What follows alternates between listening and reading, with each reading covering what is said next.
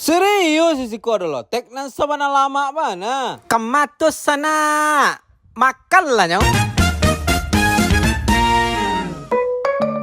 Halo sana, kali kalape buruk sedang berada di sungai Sapi aja malam-malam sana basobo lote anantako sana. Informasinya dari follow lape buruk loteknya kok lama bana sana. Waktunya gitu eksekusi lote anantako sana. Iyo memang selama itu loteknya kok sana. Itu aragonyo mulai dari 10.000 saja sana lah bisa makan lotek nan seporsi model kok sana. Disiko mengharum-harumnya beda lo sana. Soalnya kacangnya digiling langsung disiko sana. Memang diracik langsung bumbunya de ko sana. Isian loteknya lengkap dengan sayur-sayuran sana dan rasanya pun lama bana sana, ada rasa gurih renyah gitu sana. Bumbu-bumbunya malake bana sana, pas bana ko sana. Dimakan habis babuko yo seru bana ko sana. Jangan lupa sana, ketika lewat di Sungai Sapi ko Bali lote Ananta ko sana. Untuk pelengkapnya wak tambahlah nugget kenzeler ko sana. Kenzeler ko lama bana ko sana. Memang membuka selera wak bana ko sana. Apalagi ditambah dengan lotek konde yo sebenarnya memanjakan bidang-bidang lidah bana ko sana.